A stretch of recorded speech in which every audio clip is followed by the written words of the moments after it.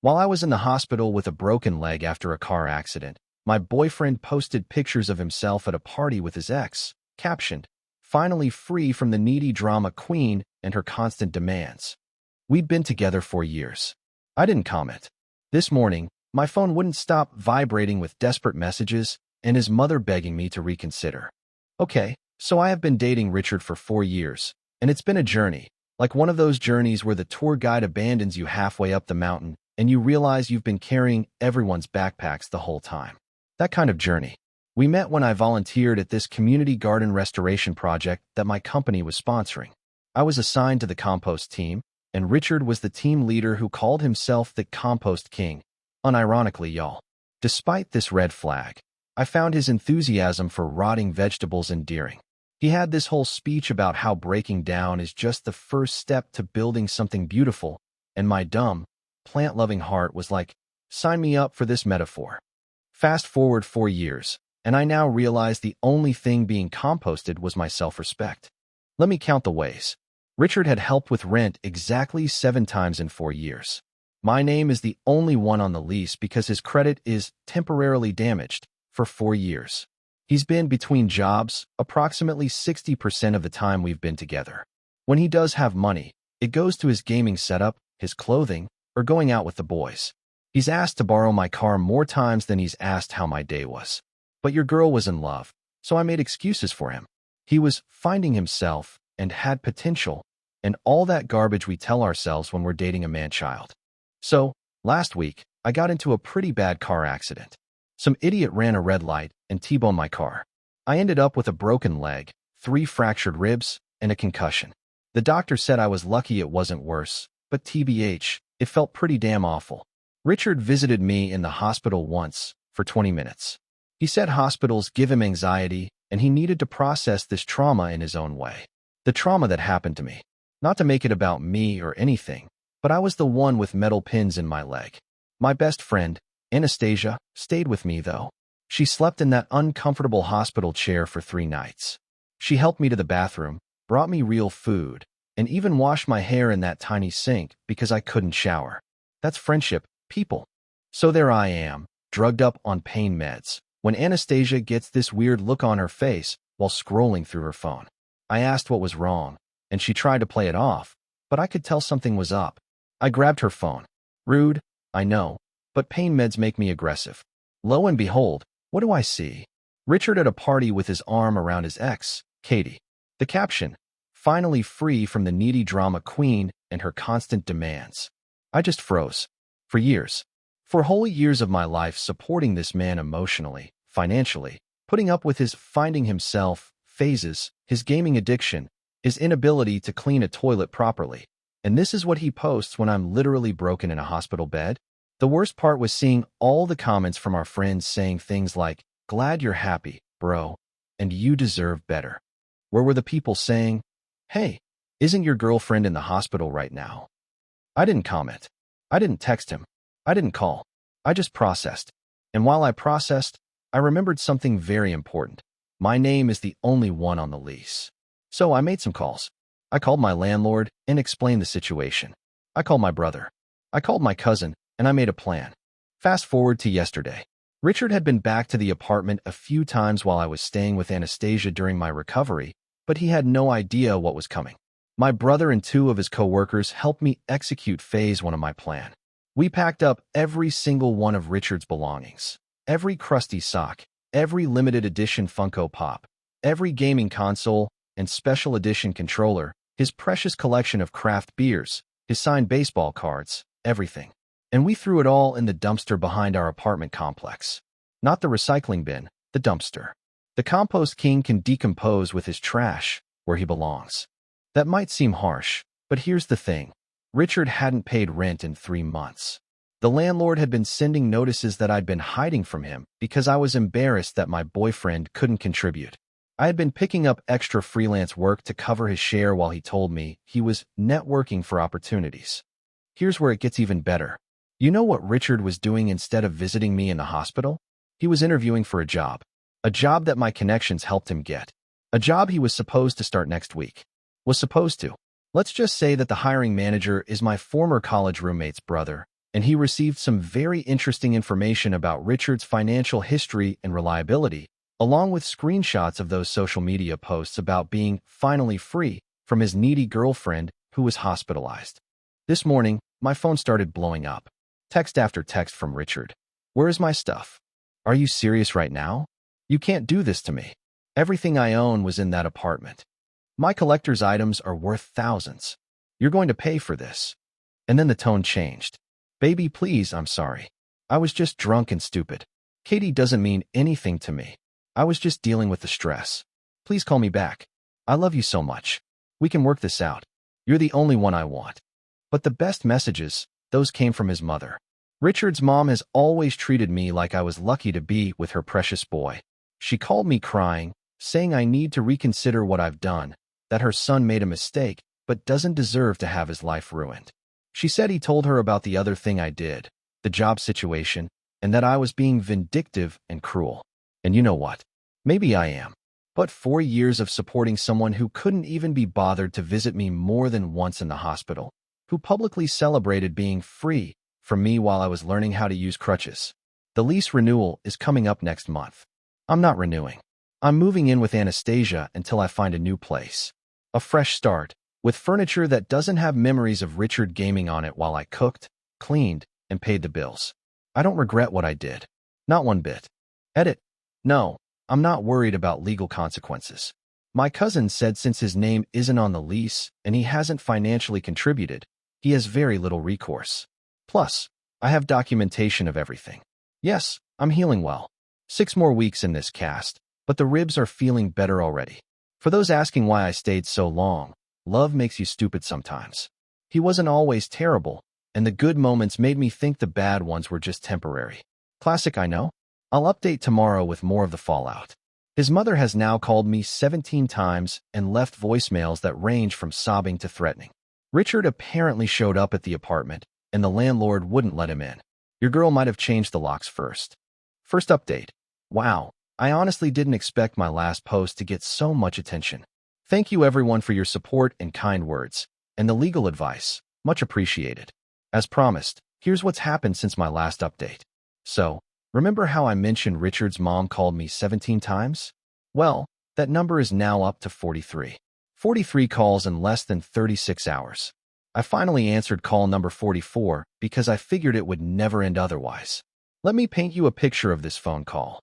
Me, propped up in Anastasia's guest bed with my broken leg elevated on 3 pillows, munching on sour cream and onion chips. Stress eating is my love language. While Richard's mother, Deborah, alternated between sobbing, guilt-tripping, and thinly veiled threats for 28 minutes. Here's the highlight reel. Richard has been crying for 2 days straight. I've never seen him like this. Funny, I cried for 2 days straight when I woke up in the hospital, and he wasn't there, but go off, I guess. Do you know how much those collectibles were worth? His grandfather gave him some of those baseball cards. Do you know how much rent costs, Deborah? Because I do, down to the penny, for 4 years. He was planning to propose, you know. He showed me the ring. Unless the ring was made of unpaid bills and broken promises, I highly doubt it. We could press charges for destruction of property. My lawyer cousin already confirmed they can't, but okay. When she said, Richard told me everything about how you've been controlling his finances and isolating him from his friends and family. I literally laughed so hard I almost popped a stitch. Me, controlling his finances?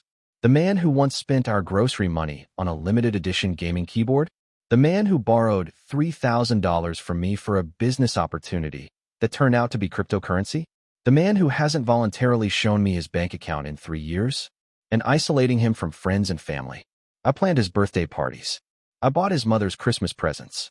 I drove him to family functions when his car got repossessed. But here's where it gets really interesting. I didn't immediately hang up on Deborah, though believe me, I wanted to. Instead, I asked her a simple question. Deborah, when was the last time Richard paid rent? She went quiet for a moment, then said, he told me you two had an arrangement where you handled the household bills and he covered other expenses. What other expenses exactly? I asked. More silence. Then, well, I'm not privy to your financial arrangements. So I told her. I broke down exactly what Richard had contributed financially over the past 4 years. I told her about the $17,000 in credit card debt I racked up covering his half of expenses. I told her about working overtime and weekends while he played video games and networked. I told her about how I had to sell my grandmother's jewelry last year to cover rent when Richard assured me he had money coming in that never materialized. You could practically hear her worldview cracking through the phone. But he said he's been supporting you, she finally said. He said you lost your job, and he's been carrying you financially. I lost my job. I've had the same job for 6 years, with 2 promotions. Meanwhile, Richard has had 7 jobs in 4 years, the longest lasting approximately 3 months. I didn't say any of this, though. Instead, I simply told her I would email her copies of bank statements, rent receipts, and text messages that would clarify the situation. I also mentioned the social media posts he made while I was in the hospital, which she claimed to know nothing about. The call ended with her saying she needed to speak with Richard and would get back to me. She hasn't called since. Funny how that works. Now, let me back up and explain exactly how the great dumpster disposal went down, because many of you asked for details. Obviously, I couldn't physically move all his stuff myself with my broken leg. My brother, Dylan, is literally my hero. He brought 2 of his guys over on their day off. I paid them, of course, because some of us understand the concept of paying for services rendered. Richard. We started with his prized possessions. His gaming setup, 3 monitors, custom PC, he spent $2,800 on while between jobs. His collectible figurines still in boxes because they'll be worth more that way. His signed sports memorabilia that he refused to let me hang because it wouldn't match the decor he never paid for. His craft beer collection. Some bottles dating back to our first year together that he was aging, but really just forgetting about. It took 4 hours to pack everything. For hours of finding random socks under the couch, discovering half-eaten bags of chips in the bedside table, and unearthing receipts for purchases I never knew about. It was like an archaeological dig into the life of a man-child. When Dylan picked up Richard's throne, yes, he called his gaming chair his throne, and carried it ceremoniously to the dumpster like he was disposing of a cursed artifact, it was pure poetry. We didn't break anything deliberately. We didn't cut up his clothes or smash his electronics. We simply relocated them to their rightful home among the rest of the garbage. I did keep 1 box of potentially important items, his birth certificate, social security card, a few family photos, and a folder of medical records. Those are with the landlord, who is 100% on my side after I showed him the social media posts and explained the situation. He even helped me change the locks. Speaking of the landlord, he told me Richard showed up twice yesterday demanding to be let in. The second time, he threatened to call the police but mysteriously disappeared when the landlord said, "Great idea. Let's call them together and explain how you haven't paid rent in months." Funny how cockroaches scatter when you turn on the lights, isn't it? Now, about the other thing I did.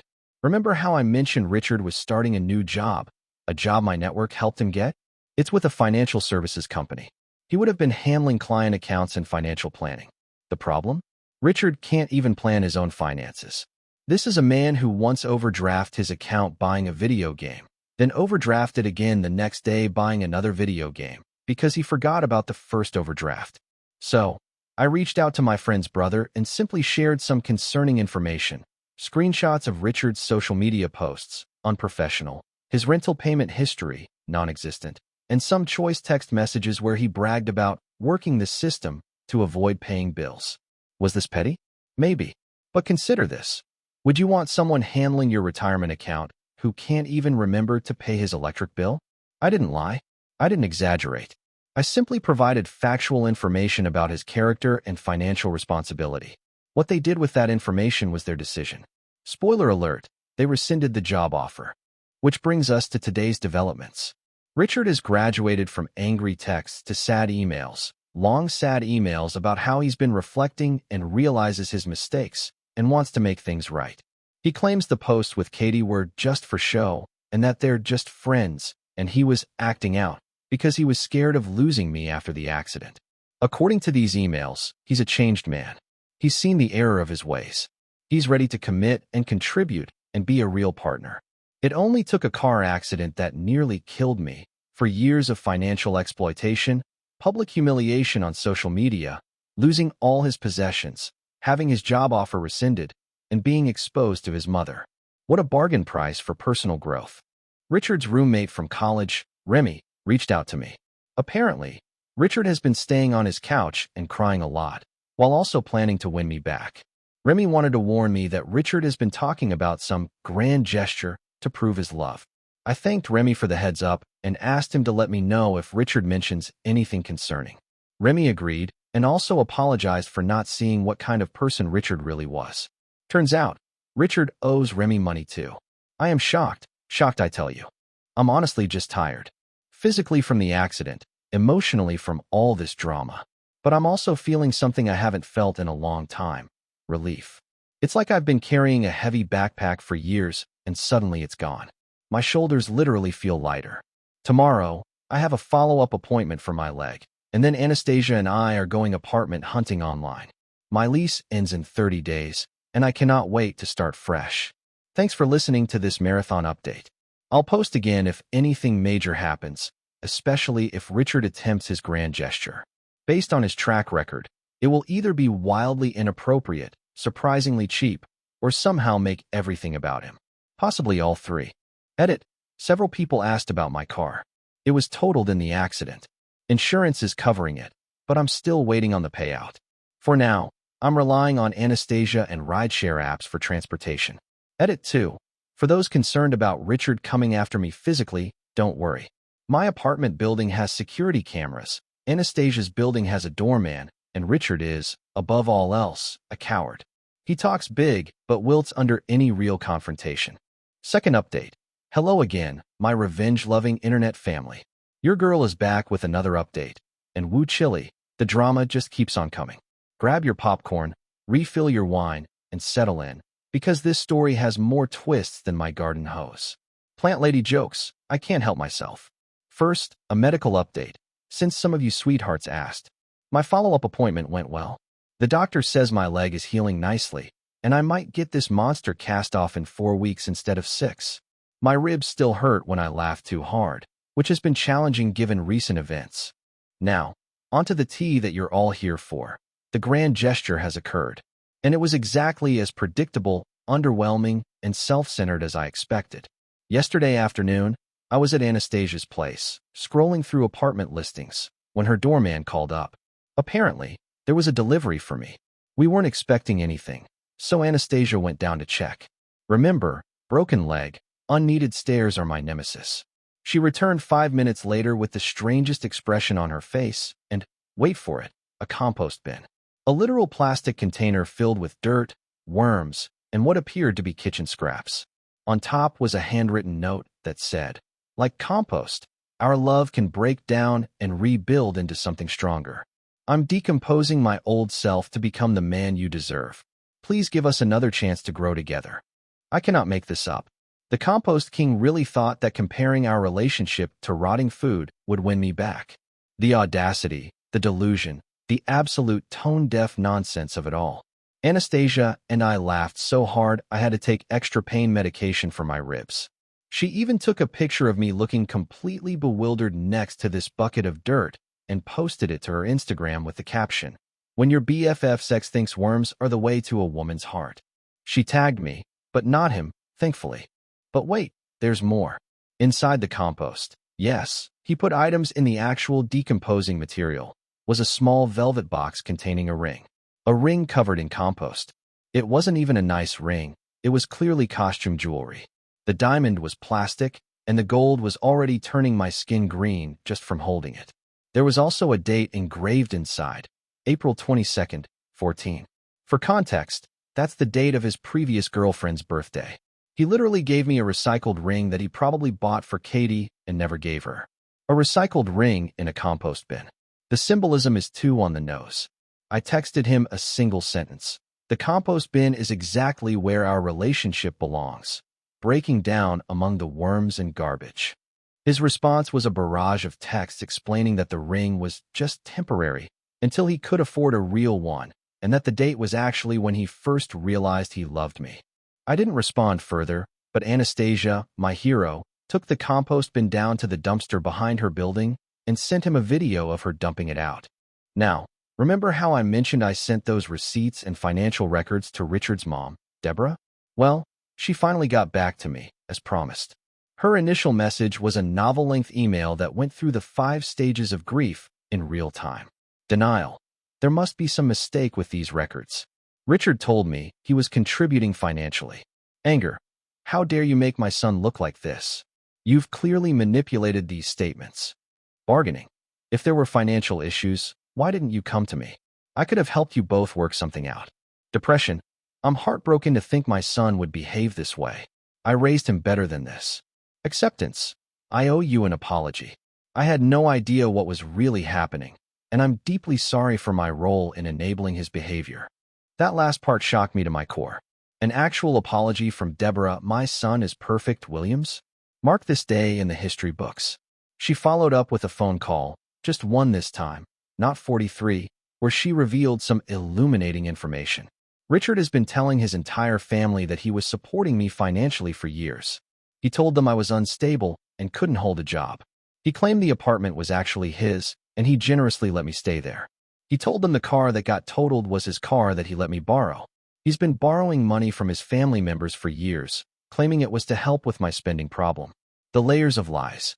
The fiction this man has been writing. He could have been using these creative writing skills to make actual money instead of scamming his girlfriend and family. Deborah was clearly embarrassed and upset. She revealed that she'd given Richard over $15,000 in the past 2 years for emergencies that she now realizes were fabricated.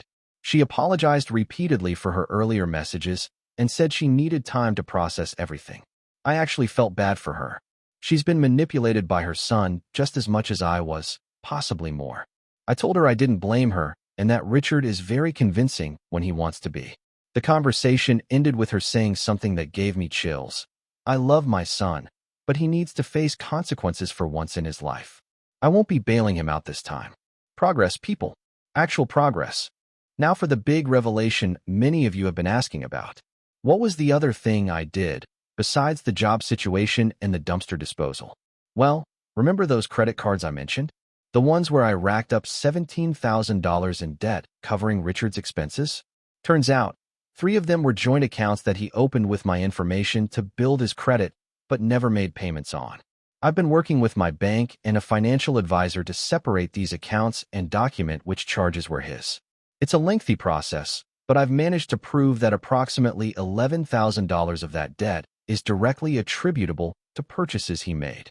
I didn't just send this information to his potential employer. I also sent it to his parents, his brother, and our mutual friends with a simple note. If Richard asks to borrow money or move in with you, this is what you can expect. Is this petty? Maybe. But it's also true, and truth is a powerful disinfectant for the kind of toxic relationships Richard creates. Even Katie, the ex from the social media post, messaged me on Instagram. I had no idea you were in the hospital. Richard told me you two broke up months ago. I'm so sorry. Months ago? We were literally living together until my accident. The fiction this man creates. I responded politely to Katie, assuring her I didn't blame her. She revealed that Richard had been messaging her for weeks before the party, claiming we were on a break and that he was ready to move on. She feels terrible and offered to send me screenshots of their conversations. I declined the screenshots. No need to torture myself further, but thanked her for her honesty. Richard showed up at Anastasia's building again yesterday evening. The doorman refused to let him up. He's getting a gift basket. So Richard caused a scene in the lobby, yelling that he just wants to talk and explain everything. The doorman called the police, but Richard left before they arrived. He then proceeded to call me 37 times in the span of 2 hours. I didn't answer, but he left increasingly desperate voicemails. Please just talk to me. I can explain everything. This is all a misunderstanding. I was going to pay you back. You're ruining my life. I have nowhere to go. My mom won't even let me stay with her. I'm sleeping in my car. What car? His was repossessed months ago. I might do something desperate if you don't call me back. That last one concerned me, so I called a wellness check on him. I had Remy's address. The police reported back that he was fine, just emotional, and they recommended he seek mental health services. Later, Remy texted me. FYI, Richard is no longer staying here. Found out he stole $200 from my wallet. Changed the locks. Wow. Just wow. Even in crisis, this man can't stop taking what isn't his. So where does this leave us? Richard is apparently couch surfing with increasingly distant acquaintances. His family isn't bailing him out. His friends are dropping like flies. His job prospects are limited. His belongings are gone. His reputation is in tatters. And me? I'm healing, both my leg and my heart. I found a promising apartment across town that's actually less expensive than my current place. Anastasia has been an absolute rock. My family has rallied around me. My job has been incredibly understanding about my recovery. I'm still angry. I'm still hurt. But mostly, I'm relieved, like I've been underwater for 4 years and finally came up for air. Next update will probably be my last, as I'm focusing on moving forward rather than looking back. But I wanted to thank all of you for your support, advice, and hilarious comments. This community has been unexpectedly therapeutic during one of the hardest periods of my life. Final update. Hello for the last time, my internet support system. It's been exactly 1 month since my first post, and what a month it's been. I promised a final update, so here it is. The conclusion to the saga of Richard the Compost King and how your girl finally bloomed after being buried in his BS for 4 years. First, the practical updates. I moved. I'm officially in my new apartment as of yesterday. It's smaller than my old place, but has a tiny balcony where I've already started a container garden. The building has an elevator, crucial for the broken leg situation, and security cameras, crucial for the ex-boyfriend situation. My cast is off, 2 weeks earlier than expected. I'm still using a walking boot, and physical therapy is no joke. I sweat more in PT than I ever did at the gym, but I can move around independently now, which feels amazing. My car insurance finally paid out. I bought a used but reliable Ford that I've named Freedom. Cheesy, I know, but I'm leaning into it. Now for what you're really here for. The Richard saga conclusion. After my last update, things escalated before they finally resolved. Richard's desperation reached new heights when he realized his usual tactics, crying, begging, guilt-tripping, weren't working. He tried a new approach, public shaming. He created a GoFundMe titled Homeless After Girlfriend's Revenge, where he spun a completely fictional tale about how I stole his money and threw away family heirlooms after a minor argument. He included pictures of himself looking sad on what was clearly Remy's couch before Remy kicked him out and claimed he needed $5,000 to get back on his feet. The fundraiser lasted exactly 6 hours before it was taken down. Why? Because Anastasia, my brother Dylan, and at least a dozen of our mutual friends reported it for fraud. Plus, several people commented with links to my Reddit posts, which I had never shared with Richard. Seeing his public grift exposed apparently triggered something in Richard. He showed up at my old apartment building. Thankfully, I was already staying at Anastasia's and caused enough of a scene that the police were called. According to my former neighbors, he was yelling about defamation and lies and demanding to be let in to get his things. When the police arrived, Richard attempted to convince them that he lived there and I had illegally locked him out. This backfired spectacularly when the landlord confirmed Richard was not on the lease. Richard couldn't produce any mail or ID with that address. Multiple neighbors testified they knew I lived there alone, and the police ran his ID and discovered he had an outstanding warrant for unpaid traffic tickets. Yes, my friends, Richard got arrested. Not for the scene he was causing, but for the $1,200 in unpaid tickets he'd accumulated over the past 2 years, tickets I had no idea existed because he'd been hiding the mail. He spent 2 nights in jail before his brother, not his mother, interestingly, bailed him out. According to mutual friends, this experience was apparently the wake-up call Richard needed. He's since moved in with his brother, who is making him pay rent, started working at his brother's company, and stopped contacting me entirely. That last one is the most significant development. After weeks of constant calls, texts, emails, and dramatic gestures, the silence was sudden and absolute. No more 3 a.m. voicemails, no more essay-length emails about how he's changed, no more compost-based metaphors about our relationship. At first, I was suspicious. Was this some new tactic? Was he planning something bigger? But according to his brother, who reached out to check on me, surprisingly, Richard is genuinely trying to get his life together, and part of that process is leaving the past behind. Translation, his therapist probably told him to stop harassing me. And that brings me to the most important update, my mental and emotional state. I've been seeing a therapist of my own, thanks, workplace insurance, and we've been unpacking some hard truths. I stayed with Richard not just because I loved him, but because fixing his problems gave me purpose and identity. I overlooked red flags because I was afraid of being alone. I enabled his behavior by constantly bailing him out. I valued myself so little that I thought his scraps of affection were all I deserved. These realizations haven't been easy to face. There were sessions where I cried until my ribs hurt all over again. But acknowledging these patterns is the first step to breaking them. As for Richard's mother, Deborah, we had one final conversation that brought unexpected closure. She invited me to lunch at a restaurant with ramp access for my leg, a thoughtfulness Richard never showed, and we had a surprisingly honest discussion. She apologized again for not seeing what was happening and for raising a son who thought it was acceptable to treat partners this way. She revealed that Richard's father had similar patterns before their divorce, and she worried she had normalized financial irresponsibility and emotional manipulation. I found myself comforting her, which was a strange role reversal, but it was also healing to see that she genuinely cared and was taking steps to stop enabling Richard. At the end of lunch, she handed me an envelope containing $2,000 in cash. "This doesn't begin to cover what he owes you," she said, "but it's what I can do right now." I initially refused, but she insisted, "This isn't from Richard. This is from me, because I failed as a mother if I raised someone who would treat you this way." I accepted the money and used it to furnish my new apartment, a fresh start without any remnants of Richard's presence. Thank you, Reddit, for witnessing this chapter of my life. Your support, advice, and occasional tough love helped me stay strong when I wanted to cave. You reminded me that I deserved better when I forgot.